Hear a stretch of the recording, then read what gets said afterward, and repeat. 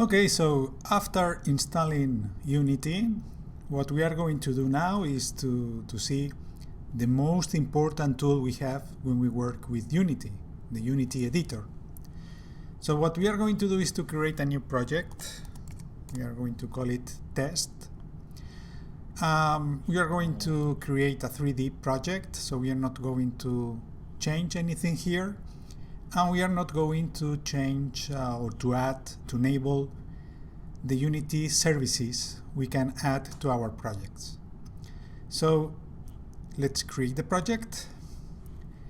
And what we are going to see now is the Unity editor, a tool that it is available for Mac, and it is available, of course, for Windows. And there's also a version for Linux, okay? So if you are interested in a Linux version, there is one, okay? So what we are going to do in this video is to learn the main features of the Unity editor. We are going to see how the different elements are organized inside the editor. The editor is a very important tool where we are going to create something we are going to see in the future that they are called scenes. Okay, so in the Unity editor we are going to create our scenes. This is the Unity editor, okay, and as you can see it is divided into a collection of what we call views. So we have the hierarchy view, we have the scene view, we have the game view, we have the inspector view, we have the project view, we have the console view. And what we are going to do now is just to learn how to work with these views, okay? So you can select any view, okay, at any time, as you can see. We can drag and drop this view into a different position. For example, we can change, as you can see here, the scene view. We can get it, and we can even make it independent, you see.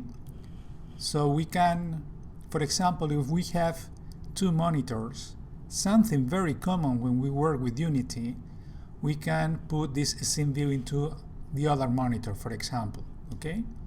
Or we can dock it to any position. So this is something we can do with any of the views.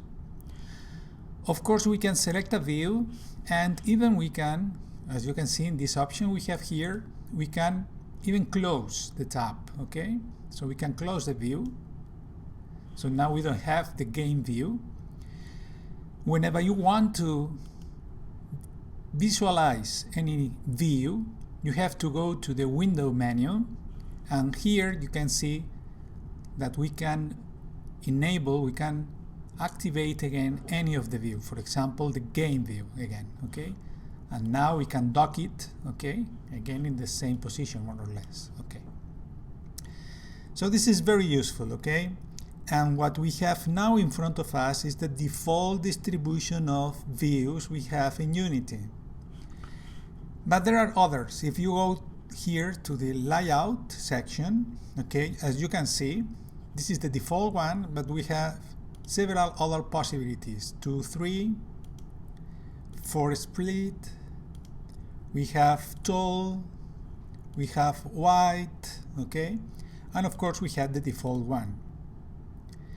If you change these views, for example, when you are working in two monitors, something very useful is to save the layout. So you can save the specific distribution of your views under a name, so you can at any time select it, okay, at any time. And this is very, very, very useful, okay? So this is the most important thing you need to know about this Unity editor, okay, that we work with views, and these views, as we are going to see very soon, they have very specific, of course, objective, okay? So this is all. This is the first video where we have been enjoying how the different views are distributed in Unity, and we are going to use this default distribution of the views in Unity along the course.